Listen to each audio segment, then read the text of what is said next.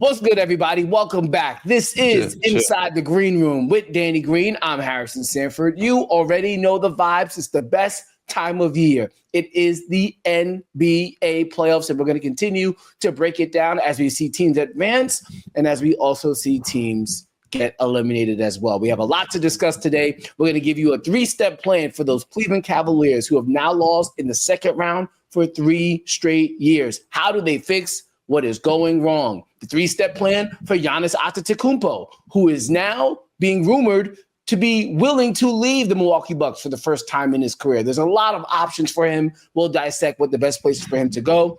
We'll also give a quick insight into the Indiana Pacers as they've moved on to the Eastern Conference Finals for the second year in a row. There's a big game on Thursday night. We won't discuss that too much. Nikola Jokic, SGA, but we'll have a little insight there. But we will start with what happened last night. Danny, a bit disappointed, I must say. And I'm not talking about the Knicks. I am talking about the Golden State Warriors, and particularly Jimmy Butler. I'll save that for a moment here, but your reaction to now the Warriors being officially eliminated from the NBA playoffs. I think they had a great end of the year. I think they overachieved and they had higher expectations at the end of the season than most people had for them during the beginning and the middle of the season.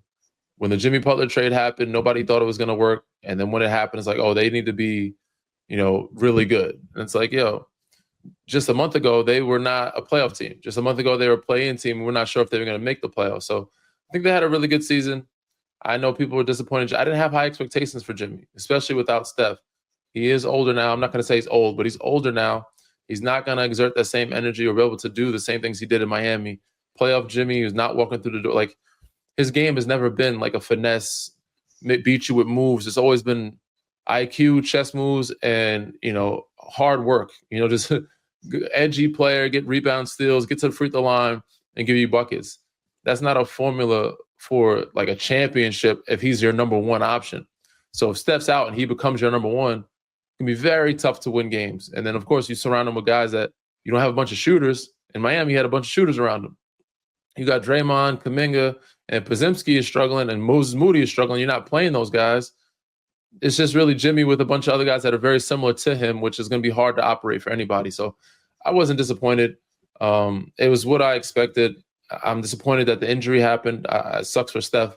I'm glad that it's not a major injury. We did see what happened with Damian Lillard. We saw what happened with Jason Tatum.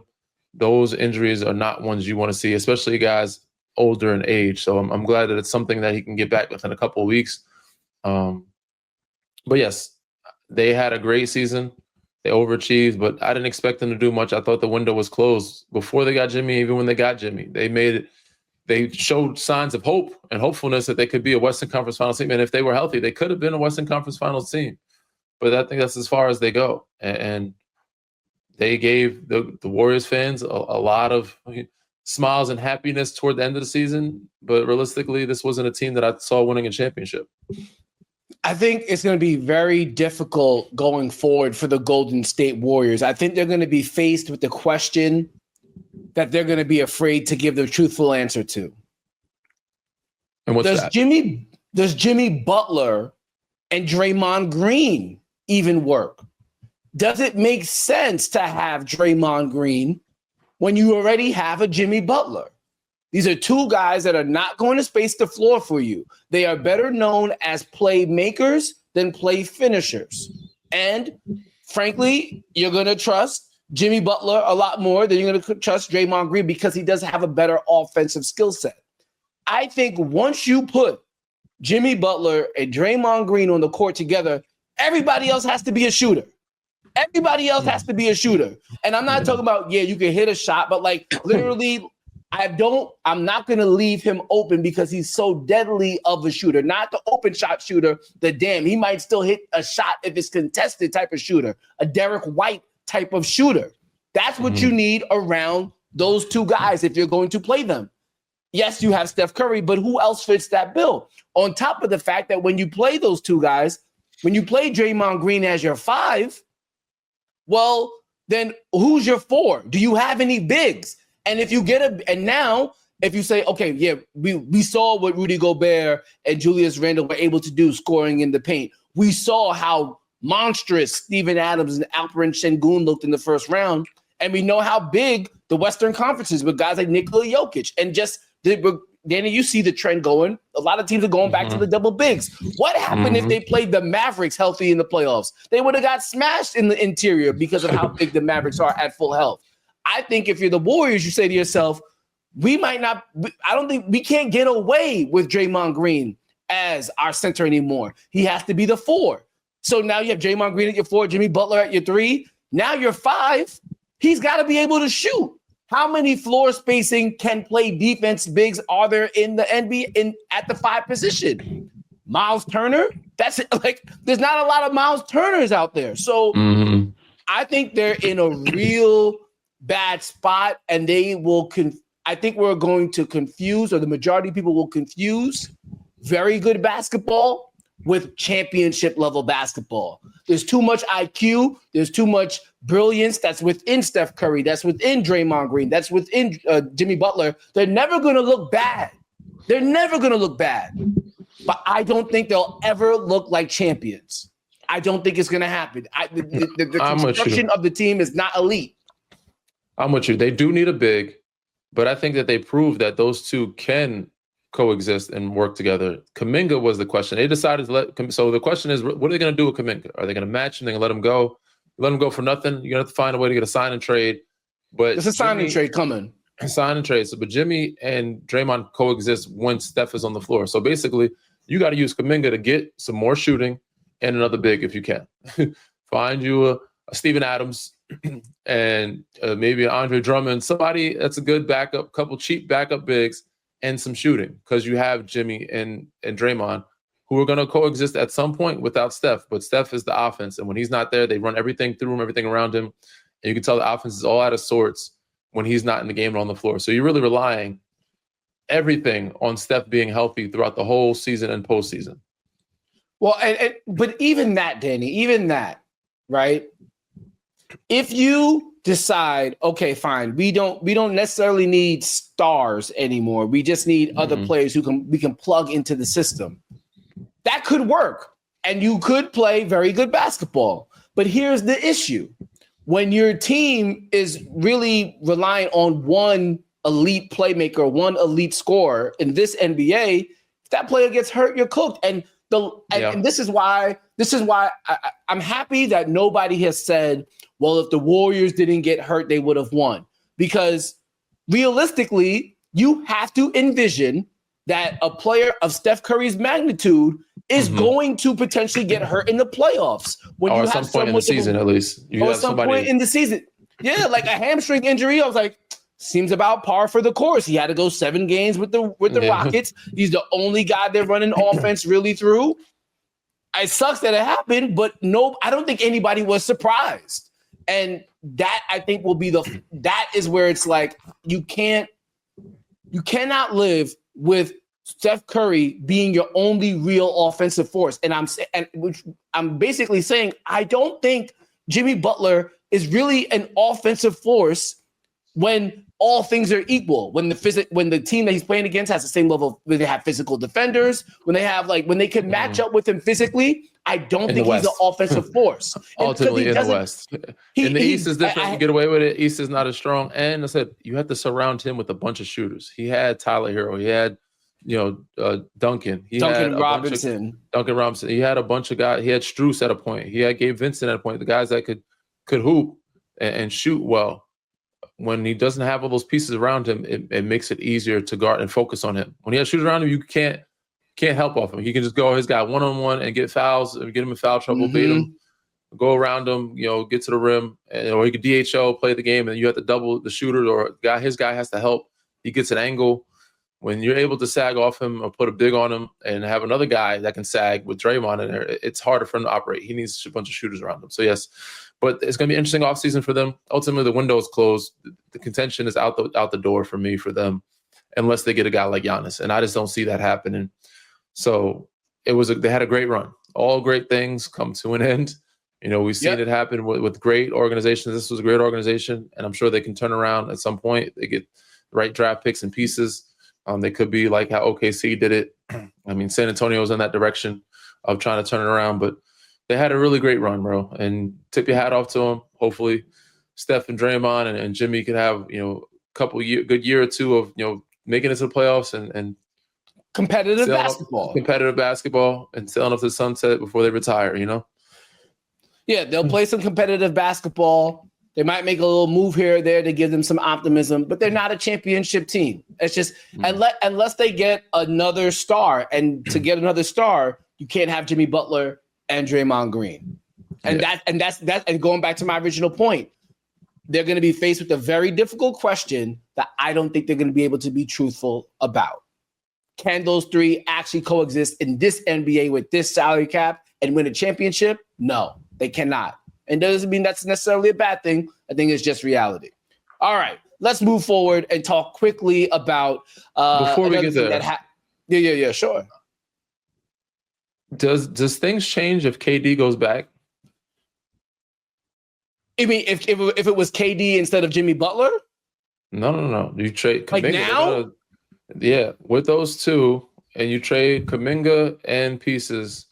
And you actually get KD. If he says I'm open to going back there now, you got Steph, KD, Draymond, and Jimmy. You just blew my mind with that one. Something to think about. Something to think about. We can move on. But Giannis is a guy that you said a star. So I'm thinking what are the stars available? Giannis, I don't think he's going there, but he's one that they could try to go after, but they'd have to get rid of one of those guys. Can they get KD for Kuminga and other pieces? I think they could. You know what I'm saying? At this point, at this juncture. Yeah. So, but he'd have to be. I know he said he didn't want to go back. He'd have to be open to doing that again, which I don't know if he will be. So, just an interesting thought. I think that might put them. That might open the window again. Yeah, no, the true window gets extended again if it is KD, and that would be fascinating. That would be fascinating. That's actually not. That's very good thinking, Danny. I like that. And because I love that you brought that up because, and we're going to talk about Giannis in a bit, but because Giannis is essentially quote unquote on the market, that does make you feel like, okay, now Kevin Durant, not the top dog in the free agency, quote unquote free agency class, maybe he does. Maybe he just does look at Golden State a bit more, and he doesn't necessarily have. This is not 32-year-old Kevin Durant. There's a ton of options. Anymore. Yeah, he has all the options in the world. Everybody, this is like it's a little different now. We're not going to give up everything for you because you're older and we only got a year or two left. And you might not stay here even after that year or two. It's a short window. So it's like only teams that are going to take them are the teams that have short windows. It's like we have old guys. We can pair you with our old guys, and we try to make this happen in the next 2 years. And so it's like that actually would be fun. That would be fun. That would be something. All right, let's keep moving forward here. Let's talk about the other series that is still going on this time in the Eastern Conference, and I don't want to really spend too much time on game number 5 between the Knicks and the Celtics. It was an ugly performance from the Knicks, bad communication defensively. Jalen Brunson picking up 5 fouls in one quarter is wild. I've never seen anything like that. We expected the Celtics to play with the heart of a champion. I do. I also expect New York City to be a riot Friday night after the Knicks close the series. But I want to talk about that. I want to specifically mention the Jason Tatum injury, and you brought it up. And James, we could probably make a lower third for this because I think it's worthy of talking about. Let's just talk about Jason Tatum in general. So he has the torn Achilles. As we mentioned, injuries happen in the playoffs, but this is a different type of injury. This is a catastrophic injury potentially for the Boston Celtics and their not obviously their immediate, but also potentially their future. We heard the rumors that the Celtics were thinking about restructuring the franchise anyway because of how expensive they were, and this could have been the last run regardless. Just first of all, as an athlete, take me through what Jason Tatum went through in that moment, because you got hurt in the playoffs before too. Yeah. Not just in the regular season. You got hurt in the playoffs. And I think that has a different level of impact. For sure. And I was discussing this with some of my Carolina guys. And it's like when Dame went down, I felt that more than anybody because he is a little older, end of his season, and now he might even miss. He's probably going to miss all of next season. I had a knee, but he has the Achilles. And it's like, this is not only game-changing or organization-changing, but life-changing for him. We don't know what he's going to look like after coming back from Achilles and his mid to late 30s. You know what I'm saying? His mid 30s. Lucky for Jason Tatum, he's 27. You know what I'm saying? So he's younger. So he has a stronger chance of coming back and being more like himself, and teams not looking at him as less of a valued player. Dame, it's like, they're looking at him like, I don't know, do we take a chance on this guy? Do we look at him as the same Dame? They're gonna look at him as less of a valued player. People ain't looking to trade Jason Tatum at 27. No. Dame at 34, you know what I'm saying? 33, 34. It's like, do we keep him? Do we trade him? Like, can we win with him? What do we do? And how many years he has left on his contract? Is he thinking about retiring after this? Because, he only has a couple more years left of hooping for sure. And in his contract, who knows? I mean, if he's going to get another big contract. Even if he's not thinking that, that's what they'll say about him. Because that's what they said about you. They said, 100%. I wonder if he did. You weren't thinking about retiring, but people were acting. People thought that, he's probably going to retire. Just because of your age, just because of the injury. 100%, because I don't think you don't think you're old in that position until you're out of it. Like, damn, now the league is so much younger. It's like, damn, he's not 34, 35 is not old. 30, even 36 is not old. But for the NBA, it's old. And if you get hurt after you're 32 and up, even said KD, he was in, I guess, early 30s when he came back. Not many guys have come back from Achilles and have looked the same, especially when you're in your 30s. Now, Jason Tatum, I think, has a chance to do that. It sucks, but nobody's devaluing him. Nobody's looking at him as damaged goods. Kind of like Jamal Murray when he tore his ACL, I think, and he was still able to come back and be a really great player. I think Jason Tatum can do that. For Dame, it's very different. But I heard Mark Spears talk about it. He talked to his dad and how, crying. He's like, "Why me?" So thankfully for him, he has a lot of time, and it's emotional when it first happens. You're like, "Damn, what happens now?" Especially as an older guy. And people put in your head, you're retiring. You're like, damn, no, I'm not retiring. After you're like, shit, I'm out for a year. What are they going to think of me? Am I going to be able to bounce back? Am I getting another contract? For him, it's just like, how do I come back and be the same Jason Tatum? And his dad's been talking about 8 or 9 months. It's like, look, don't rush it. But as soon as you attack the rehab, too young to rush it. Too young to rush it. And you're under, you're good. You're still good. Like, you have a lot of good years that people are still going to value you. So you don't have to rush. You don't have anything to prove. Me, it's like, I have to get back and prove that I'm still capable, so that I can get another deal or be with another team for a longer time. Dame might be a little similar situation. It's going to be emotional at first, but once you realize if you attack the rehab the way you're supposed to, you can get back sooner than people say you are. They say at least a year and some change. But for me, what I would tell him is take the time. You can get back 8 or 9 months, but you don't know where the team's going to be. Take the full, because you're not going to be your normal self or feel natural playing without thinking about it until the following year. Like, my knee was good when I got back. I got like 7.5 months. I was like, all right. I said, let me get 2 weeks to make sure I make the 8-month mark before I say, all right, I'm going to play. Just so you want to give the tendon some time to heal. I was playing, but it's still something I was thinking. When I jump off my left foot, it's like, it's a little different. I'm a righty, so I'm used to jumping off my left foot. Way easier. At that point, I'm jumping off my right foot like a lefty because it's more comfortable. Now, the following year was like, it was way different. I didn't think about it. I have to think about when I was stretching and bending down and, doing quad stretches, those type of things. It was second nature, and my knee just felt that much stronger. My body just started feeling that much better and just more comfortable with operating like I was before the knee. So for him, he could come back right around trade deadline if he wanted to, if he attacked the rehab crazy. But I would advise him, especially you don't know where your team is going to be. Even if they are in the playoffs and doing well, I'd advise you to take the time because you don't want to re-tear. You don't want a Deshaun Watson situation where he tore it again if you're pushing it too much, in rehab.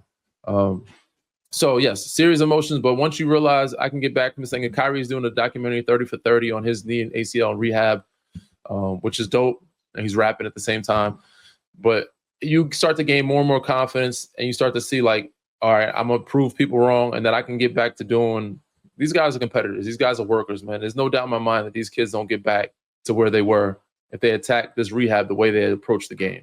So, and other people are like, yo, should we trade Tatum? I'm like, what are you going to get better for him? I'm like, oh, he's injured. He's not going to be the same guy. I'm like, he's 27. Trade him. Like, you could trade him for Giannis. I said, that's interesting. But I'm like, no, you're not going to get anything better for him. He is great. You keep your foundation. You keep your pillars. And there's no doubt in my mind that he's going to come back just as strong as he was before the injury. Well, I don't think they're going to trade. I don't think so either. But some people entertain that idea. Yeah, I think that's a foolish waste of time, in my opinion. I don't think you do anything with Jason Tatum, but wait for him to come back. I think what's more interesting, Danny, is what does the team look like when he comes back? Because we heard the rumors or the reports that they were going to try and slash payroll regardless. Kristaps Porzingis has a $31 million expiring contract. Drew Holiday is up there in age. The way Derek White is balling, you can't let him go. He's been absolutely doing his thing. So, I wonder. And then there's obviously Jaylen Brown getting paid like a top 5 player in the NBA when he's not a top 5 player, even though he's very, very, very good. I find it. I hope that the Celtics give Jaylen Brown the opportunity to show that he can be a number one. Will he actually play at that level? We'll all find out. We'll all be curious to see. I think it'll be a fascinating watch. Could he actually elevate a team?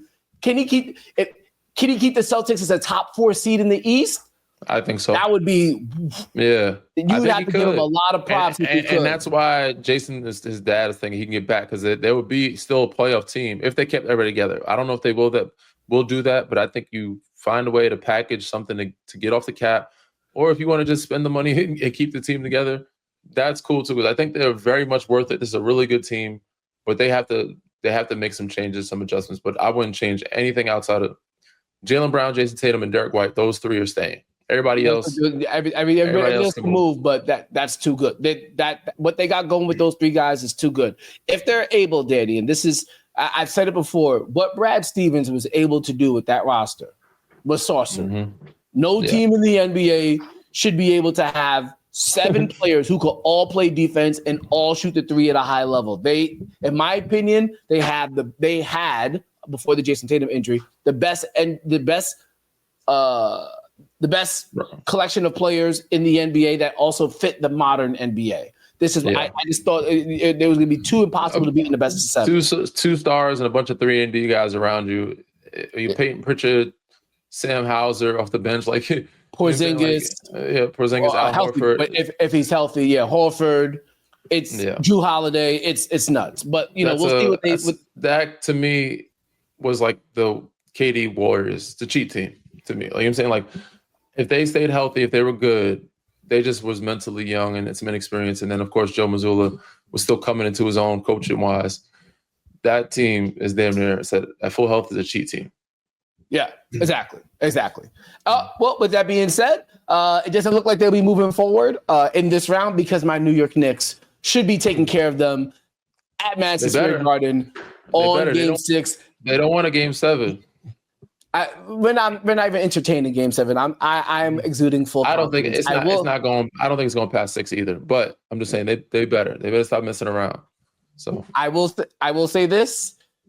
I've been back in New York now since 2022. I've had the luxury of being at every playoff game. I've also watched them lose in the second round for 2 years straight. I think, and what will be great about Friday, Danny, the New York Knicks have not won a playoff series at home. They haven't clinched a playoff series at home since 1999.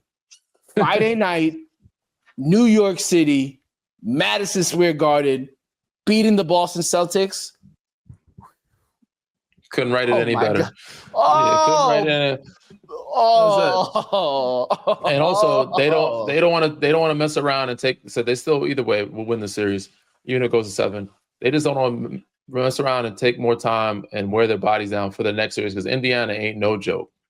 Yeah. Indiana's going to run or try to run. That is for sure. They got to be prepared. They're going to run. They ain't going to try. They're going to run. Well, I'm looking forward to breaking down that series with you, but let's not jinx anything. We'll wait till it gets here when it gets here. Let's talk about another team in the Eastern Conference, Danny. Speaking of the Pacers, the team that they just beat, the Cleveland Cavaliers. And unlike the New York Knicks, there have been certain questions about the Cavaliers during this Donovan Mitchell era. You were on the team that lost in the 2023 NBA playoffs. There was a theme that came out after that the team was too soft, and that was elevated because Jared Allen said maybe the lights were too bright. him and Evan Mobley struggled against Mitchell Robinson in particular, and Isaiah Hartenstein was there. I don't think Julius Randle was healthy for that series. Yes, he was. Julius was. He played some. Yeah. The guys struggled, and the team was called soft. Next year comes around for the Cleveland Cavaliers. They get to the second round. Granted, there were injuries, but they end up losing to the Boston Celtics. Jared Allen did not play with a rib injury, and there were murmurs and rumors that he was being too soft, that the team, again, was soft.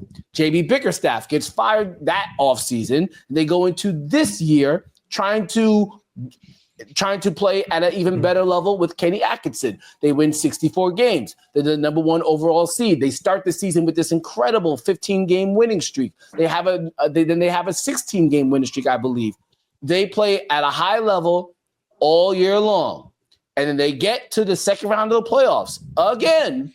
And Kenny Atkinson challenges the mental toughness of the team in the post-game press conference. And all of a sudden, all of those lights got too bright themes come back into fruition. Jared Allen had a combined 6 rebounds in the last 2 games of the series. Evan Mobley did not have a shot, did not take more than 13 field goal attempts in any game throughout the course of the series against the Pacers. Darius Garland, yes, he played with a toe injury, highlighted throughout the course of the playoffs, the opposition saying that he's actually food for them. Kyle Anderson said this of the Miami Heat, said that the Cavs are actually a more difficult team to play against when Darius Garland wasn't on the court. Tyler Hero said Tyler Hero basically pointed out that they find where Darius Garland is, and that's the start of their offensive function. Of course, him and Darius are going back and forth. Because Darius said it first. Yeah, Darius did say it first, so that we must say that. Ty Jerome, a candidate for sixth man of the year in the top 3, come some of these playoff games against the Indiana Pacers, wasn't even in the rotation, got pulled from the rotation. In game 5. There is reason to be optimistic, but there's also a lot of reasons to be pessimistic. 3 years in a row now, and they've lost in exactly 5 games. It's the same script every year. Doesn't matter the players, doesn't matter the coach. I'm letting you be Kobe Altman, who you know. Mm-hmm. You're Kobe Altman. You could only make 3 moves this offseason for the Cleveland Cavaliers. One by one, tell me what they are. Well, first and foremost, they had a really good season. But yes, there was some murmurs and talks of them being soft again this year because they missed games due to injury. And I'm never one to question anybody's injury, but if you can miss one, it only takes 1 game to get back. It's a pain tolerance thing. They're saying you should be playing. Get you a Toradol shot, get you some Celebrex, whatever the fuck you need to do, fight through it and play. But they had a great season, hell of a season. Don played amazing until said he struggled the last 2 games. He ran out of gas, I think, game 2 mostly because they were up 20. And you can see toward the end they could barely bring the ball up with all those guys out for game 2. No Darius. So they just collapsed. A horrific loss. Look, I don't mean to cut you. I don't want to cut you off before you get into your top 3 moves, but I will say this: any excuse about them not being healthy for this round because of the injuries gets thrown out of the window. Once you lose game 2 the way you did, because you were up, you should have won because you should have won game 2. Yeah, it doesn't matter. I don't care who was hurt. Turnovers, doesn't matter box outs, because you had game 2. And then just you can see the sense of urgency. Even game 4, it didn't look like it was there. You know, you like guys, and Don's not one to have that lackadaisical open court. Let Miles Turner chase you down. You know what I'm saying? Block your shot, then another block shot, Max Strus. So listen, they had a great season, man. They have some good pieces. Ty Jerome just struggled, and they put him in too late in that game 4, and he gave him a spark, but he showed up to the playoffs too late. I think you keep Ty Jerome because he's going to be cheaper, right? You pick between Ty Jerome and Max Strus. I'm keeping Ty Jerome because I think he's going to be cheaper than Max Strus. You won't have to pay him the same amount of money you have to pay Max Strus. I'm finding a way to get more shooting or another big just in case something happens, and some toughness by packaging Max Strus and Isaac Okoro. Love those guys to death. Think they're really good players, but you don't even play Isaac that much. He's not even rotation. He's a guy that's on the book for $40 million, and Max Strus signed for $75. So I don't know how much he has left, but he's been there for 2 years, and I think he has 3 more years for about 30-something. You know what I'm saying? Maybe 40. So yes, those two guys. Let's get into the nitty gritty here, Danny. So actually, so next year, so Isaac Okoro making $11 million next year and $11 million after that. Ty Jerome is going to, Ty Jerome is going to be a free agent. He was only making $2 million, but he's probably even with how poorly he played, the average player, Danny, the average player in the NBA is slated to make $14.5 million next year. That's going to be the average salary. So you can get him for 10. Exactly. You can get him for 10. Maybe.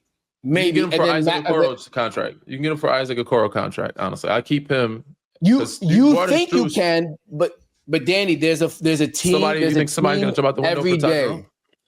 We'll see. Danny, it never fails. Well, there's always one team to see if you can keep him and retain him for cheaper than what you're paying Max Strus. Because ultimately, you brought in Max Strus to be a starter, and he doesn't have to be. You got DeAndre Hunter now, so you don't need Max Strus as your starter. To pay him that much money to come off the bench. Yep. Max Strus is making $30 million. He's making $30 million over the next 2 years. $15 million next year, $16 million after that. So it's $31 million over the next 2 years. So your plan number one, let me try to summarize it. Ty Jerome. Ty Jerome back. See if you can keep Ty Jerome by offletting the contracts of Isaac Okoro and Max Strus. Well, you don't let them off yet. You got to keep Ty first before you make those moves. Because if you can't keep Ty, then you have to keep those guys. So you talk free agency, you keep Ty, you sign him to the contract, and then after that, then you make the move of, all right, now we can get off Isaac Okoro or Max Strus or both of them and find something. So step one, find a way to keep Ty Jerome. Try to keep him for cheaper. If he goes too expensive, then you got to let him go. But try to keep him for cheaper. If you can get him for $11 million and under, great. That's perfect. And he's a good guy come off the bench for you. You keep him, then you package those two guys, find you some more shooting or another big, and get you some toughness somewhere. I don't know where you need to find it, but you got to find it. And I don't know if people are talking about Drew Holiday, if he's going to be up for Boston, another glue guy, another 3-and-D guy that you can get for cheaper. Well, not cheaper, but his contract is expensive. But I wouldn't mind having a Drew Holiday packaging those two guys and maybe getting picks, some type of deal like that. So that would be number 2 for me. Number 3 is just kind of developing. You just got to keep developing Evan Mobley and Jared Allen. Have somebody working out with them in the summertime. I don't know what it is you need to do. And also, depending on what happens with those two and who you can get for those two, if nothing happens, then you might have to entertain the idea of Darius. Okay. Let me take a step back here. So let me get this straight. You are still a believer in the core 4. Mitchell, Garland, Mobley, Allen. You're still a believer in the core 4. If you can bring in the right pieces around him, you need a Drew Holiday, like somebody that can be a glue guy and defensive guy like that for you. Like a Josh Hart. Yes. Josh, they're not giving up Derek Whites. They're not giving up. You can get a Drew Holiday or Josh Hart, somebody like that. That type. Yes, that type of player, like a utility guy. You could probably steal somebody from Indiana. You could probably get Neesmith or Mathurin. You know what I'm saying? Like you might be able to steal. Mathurin ain't gonna be on the same roster as DeAndre Hunter. We already seen that. Yeah, we saw the smoke. But you can find a utility guy that's a Swiss Army knife that can do a lot of dirty work for you and give you toughness at the same time. So yes, but I do think if you surround the core 4 with the right pieces and be able to keep Ty Jerome, it's always a great regular season team. But the playoffs, they get another year experience. You patience, man. A lot of GMs, and you keep a group together for that long, it's only a matter of time before you win. And I think if they don't get it done next year, then of course blow it up. But give it one more year of seeing how it can work. The East is always up in the air. There's always injuries. There's so much moving around. Boston ain't gonna be the same. New York ain't gonna be the same. There's always something happening. You keep your group together. It always gives you home court advantage because you're going to have to jump on people for the first third of the season. You're going to win games, and you just have to stay healthy for the playoffs. But you got to find the right pieces to surround them with. That's all I'm asking. Okay. I think there's going to be some people who agree with that, and I could understand that theory, especially the way the East looks like it could be next year. It could be a wide open opportunity for them to be in the top 3 again. I think some Cavalier fans and basketball fans in general, Danny, are going to simply say that Jared Allen specifically and Darius Garland, maybe not to the same extent, but Darius Garland too, but more Jared Allen is just not the type of guy who is tough. And you can't be soft. You can't have your mental toughness challenged at the center position. Maybe at your point guard, maybe at your wingman, but your center, your last line of defense, your rim protector cannot be ever confused with any word related to soft. What do you say to those people? I think you could win with him. Yes. Now, my question more so is size, not softness. Yes, they are at times shown softness. You can, we can say figure it out, but you can mask it with other pieces around it. You know what I'm saying? All it takes is one guy to come in. Not saying you're going to get Draymond or Dylan Brooks or Pat Bev, but if you get the right guy with the right mentality to have you, we're going to be in the battlefield every game. We're going to have smoke and we're going to make you tough. You can kind of fix it or mask it. You can't fix the stuff like Darius. I just think more so anything is the injuries and the size. They're going to attack him because he's small and going to put him in foul trouble.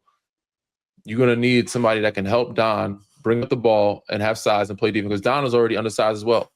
It's hard to have 2 guards in today's NBA at that size and try to win your conference, especially with Boston, how their makeup is, New York, how they make, even though New York may be, they are bigger in size, but even Jalen Brunson, he plays well above his size because he is a big man at the point guard position. He is the new era, he's a bully. Andre Miller, Mark Jackson, back you down. He's a bully. Good call.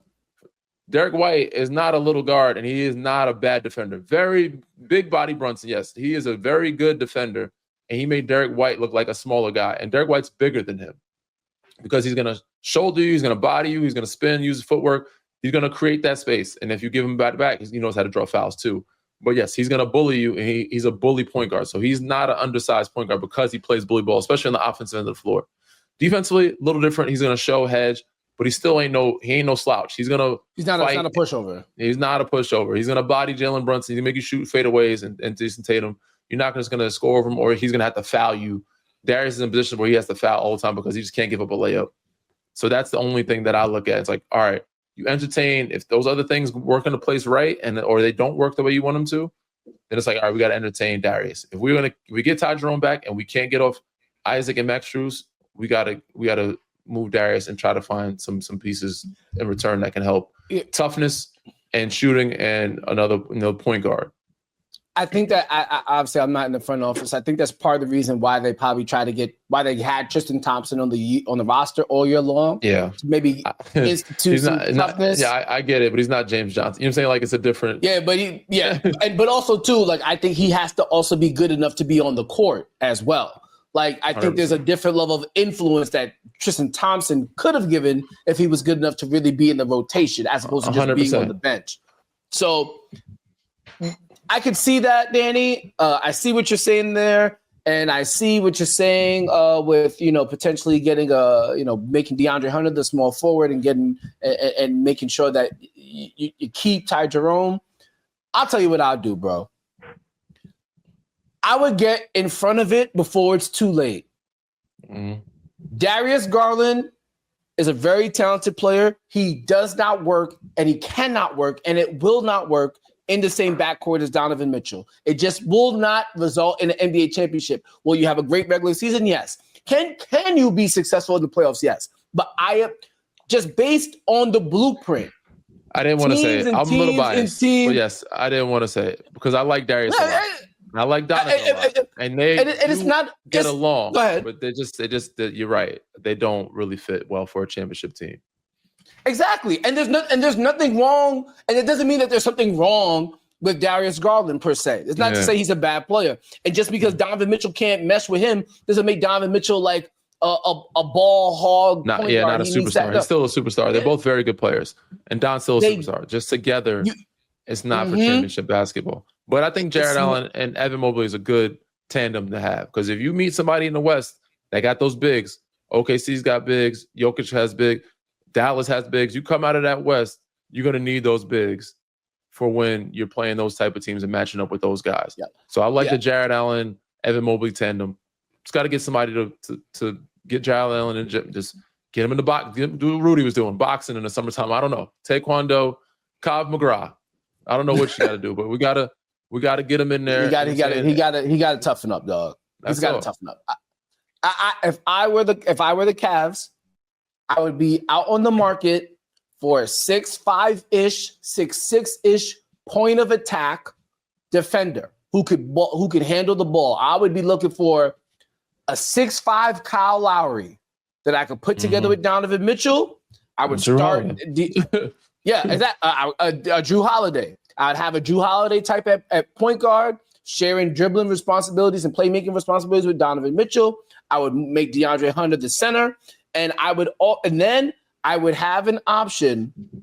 I would have two things: a utility big man that has actual girth, like body girth to him, just in case I have to come into a big body team. And then I would also get a stretch four so that I could potentially move Evan Mobley to the 5. Yeah, that's what you got DeAndre Hunter for. DeAndre Hunter's that guy. DeAndre Hunter could play 3-4. Well, I would have him specifically as my 3 now. Specifically as my 3, because I want to play Evan Mobley more. Go back and get George Niang. I would want. You gotta. We talked about it. You gotta get as close to the Celtics roster as possible. Everybody out there. But if you can get everybody out there shooting, it's gonna be hard to get that. That's a big ask. But that roster costs a lot of money, and that's why it's changing. Because that roster is not supposed to be made up that way. You're not supposed to be able to have that roster. Even the Knicks, they're very front loaded, but even their rosters, like, there's a bunch of motherfuckers you're not supposed to have. You got Mikal Bridges, who's really a max guy. OG could be a max guy. Jalen Brunson, max guy. Karl-Anthony Towns, max guy. Jalen Brunson had to take a pay cut for it all to work. But you got a bunch of guys that could be max guys under the second starting lineup. That's not a constructed lineup that's supposed to happen, but it's happening in today's game because they got rid of the bench. But yes, you can try to go to Boston, but Boston's roster is going to change. So you don't have to. You can get closer, but yes, it's harder now. You say these things, but these are asks that are very hard to find. Like a great stretch four that can play bigs and so. But yes, I'm with you on that. I'm with you on that. I don't think that. I think the Jared Allen, Evan Mobley is the core that for sure you keep. That works. You got to make a decision on one of the guys, one of the guards, and I would keep Don. Yeah, and it's not to say that Darius Garland can't go somewhere and be very successful. Imagine Darius Garland could be the point guard for the Orlando Magic, and they would be a very good team because he could survive because he got so many people who could play defense around him, and all they need is a playmaker / scorer. Darius Garland would be great with the Orlando Magic. 100%. So us saying that him and Donovan Mitchell don't fit, nobody shouldn't be alarmed by it. Shouldn't be offended by it at all. They go get from Orlando, a Jonathan Isaac or something like that, a Wendell Carter.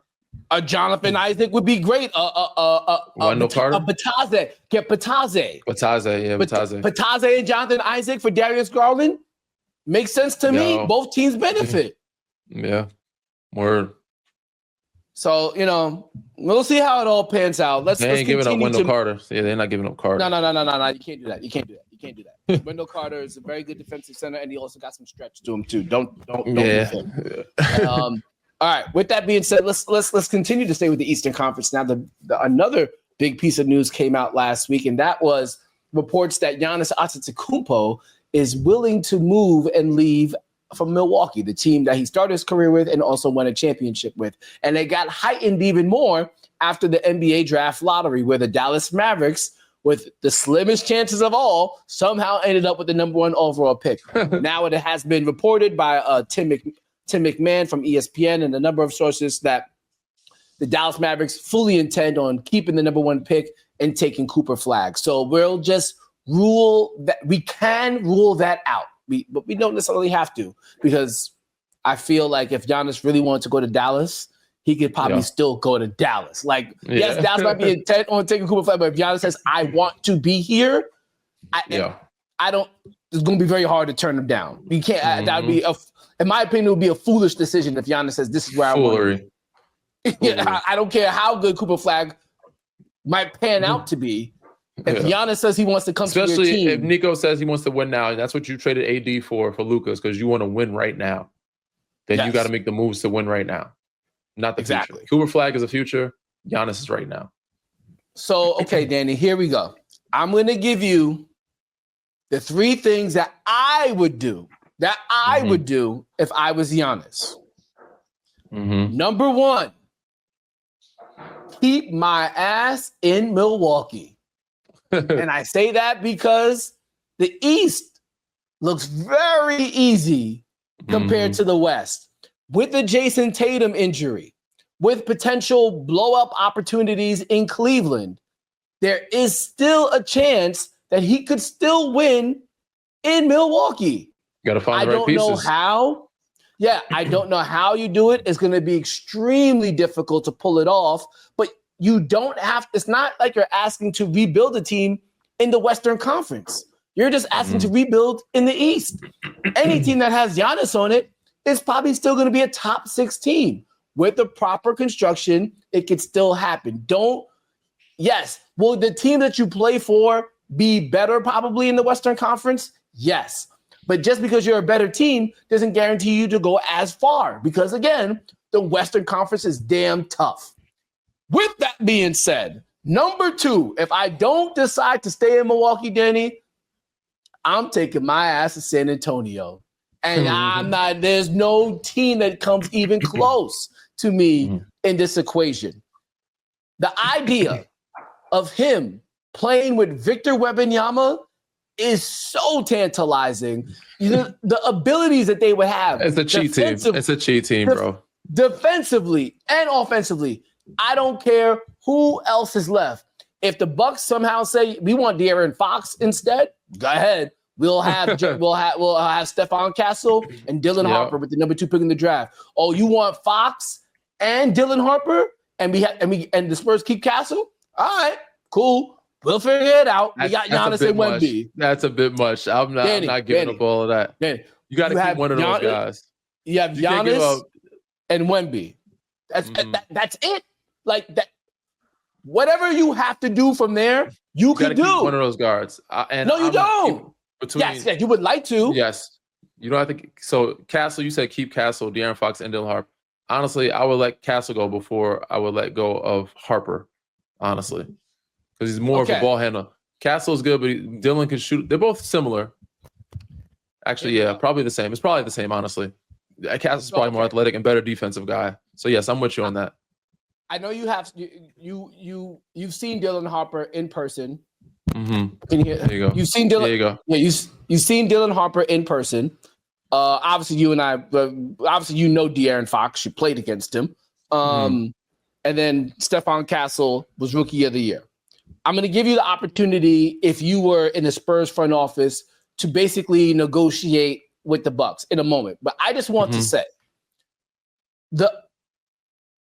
if you're Giannis, again, going back to what my assignment here, being Giannis, I want to play with a guy who can help me win NBA championships. Yeah. I also want to have as long as a window as possible to win NBA championships. There is no player in the NBA that can truly contribute to a championship level team that is younger than Victor Wembanyama. Nobody. Victor Wembanyama has NBA championship contributing talents right out the door. Not even a question. And so if I'm Giannis, the ability to pair with this guy, and I could close out my career with him, watch him blossom, and all this, I could be different versions of myself. I don't have to play center. I can play center. I don't have to shoot jumpers. I don't have to shoot jumpers. I could be who I am, and we can still be successful. I don't even need to improve my game, and yet I still have the opportunity to. There is, and I don't have to worry about defense. Like, it's perfect. Yeah, they could play a zone and have him at the top of the key and him and Victor. Oh, yo, if I am Giannis, I cannot think about any other team ahead of the Spurs because of playing with Victor Wembanyama. That's it. Yeah. First of all, get your thoughts about that, and then let's decide what a good trade package would be. I like your staying in the East version, but I would not stay in Milwaukee. And as much as I love Doc, I just don't know if they will find the pieces to win around him in Milwaukee. He has to go to a situation where there's pieces already in place for him to win. And that would be like in Indiana or something like that. And if Orlando was really good, like Orlando has pieces, but it'd have to be, if Miami was Miami before they just traded Jimmy, like that would be a situation. There's no team in the East that really looks good. There's none that he could go to. Except for like Indiana, like that's good enough to like. And he's not going. And he's not going. And he's just not going there. So yes, and I'm with you with the Spurs situation. I just think you need to keep. But you're right. End all be all. All you need is those two guys, and you can figure out after that. I would love to keep one of the point guards because you do need a point guard, whether it's Dylan Harper or De'Aaron Fox or even Stephen Castle. Stephen Castle is a really good defender, very athletic, and is not scared to take the shot. So I like him. Right now than Dylan. Dylan, I don't know how he'll adjust. The biggest thing is him is shooting, but he can finish with both hands. He's more of a scorer. He's not as athletic as Stephon Castle, but Steph is probably a better defender. He's a better defensive guy. But between the two, they're very good. You can't go wrong with either one of them. I would like to keep two of them. It's like, you get De'Aaron Fox, maybe De'Aaron Fox and Dylan, but you can't get all three of them. If I'm the Bucks, I want Stephon Castle. Because Dylan Harper, you want to be young. The rights. I don't know if Dylan Harper and Stephon Castle will fit, but I want I think they will.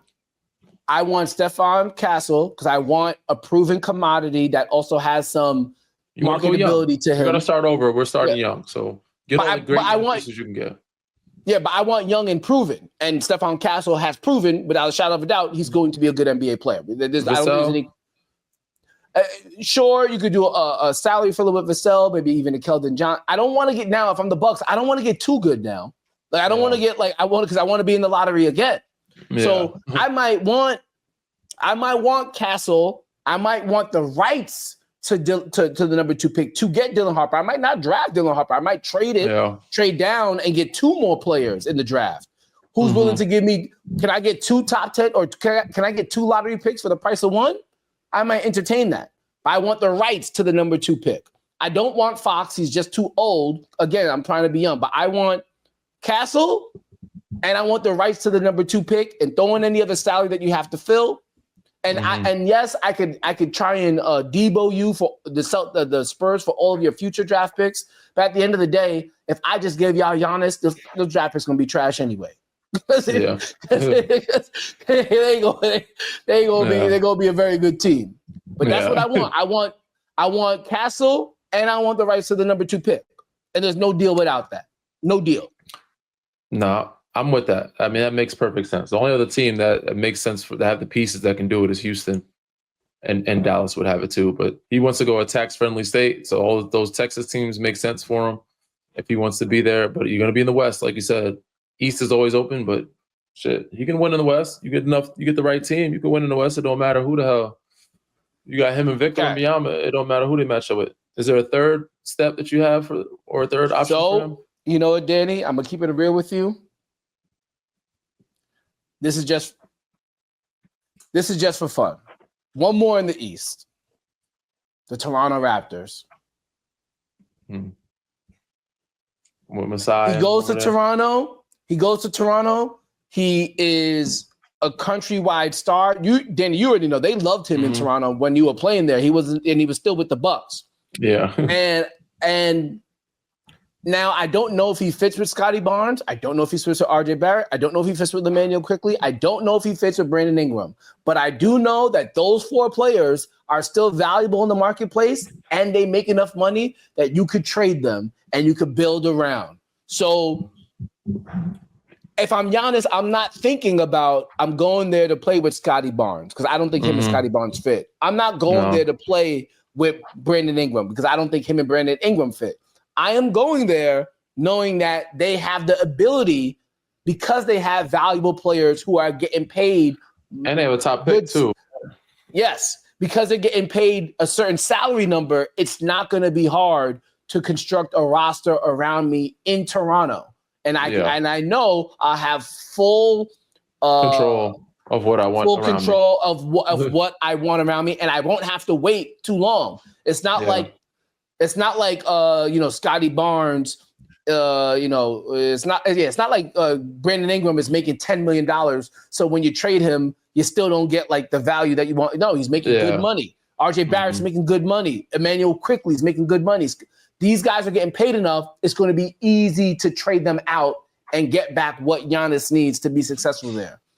I think it's a worthwhile opportunity. Again, you stay in the East and you do feel like you could really reconstruct. Like there's some rumors that maybe he'll entertain Brooklyn. He goes to Brooklyn. Who is in Brooklyn? Who is in Brooklyn not just to play with? Who is in Brooklyn that you even can trade away outside of Cam Johnson?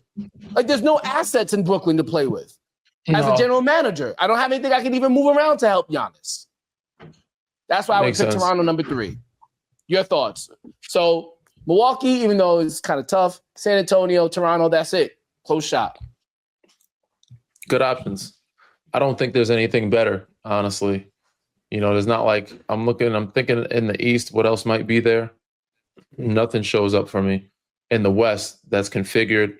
Everybody's talking about, he needs to go to LA. They don't have pieces to configure, like to move or to, unless they move Braun. Unless they move Braun, which they're not going to do. It doesn't, him and Luka, it's not going to make sense. So that's probably his best bet, man. If he wants to stay in the East and have a team constructed around him, he's not going to be able to do it in Milwaukee. I said they're just not going to be able to do it. Probably not. It's going to be fun. The offseason got very interesting. I will say this, though. As excited as the Mavericks should be about getting Cooper Flag, I don't know. Nico Harrison's job is not done. It's far from done because he's got Lively, Washington, Gafford, AD, and Flag, and no point guard. He's gonna have to figure it out. It's not the job got more difficult. They got Najee Marshall. They got a couple wings they can move. Caleb Martin, Najee Marshall. They can probably get a point guard somewhere. But one of those bigs you can get off of. But Cooper Flag is more of a 3-4 anyway. He's more of a 3-4 anyway. So shall be fun to see. That is that'd be a great lineup. You got Clay and Steph. Clay and Kai. Sorry, I don't know why Clay and Steph came to mind right away, but Clay and Kai, you got the front. You're good right there with that backcourt. I'm cool with that. Kai could be a point guard, but he's more of a scoring guard, but he can still run a point. But you need somebody that's good, like a backup point. You can find Tyus Jones cheap in free agency somewhere. Tyus Jones, that's actually not a bad. Tyus Jones to start for point guard for the majority of the season. That should be it. That might be their number 1 target, and you don't even need to trade for him. All right, that's it. That was a good one. As fun as the playoffs are, I think you and I, Danny, just kind of proved the free agency is going to be fun as well. So a lot to stay tuned with right here on Inside the Green Room. Please hit the subscribe button, give us a 5-star review, all the things that keep this podcast going. Shout out to you guys who've been listening to us for a very long time now. And until next time, Danny, tell them what to do. Read, rate, subscribe, review. Peace.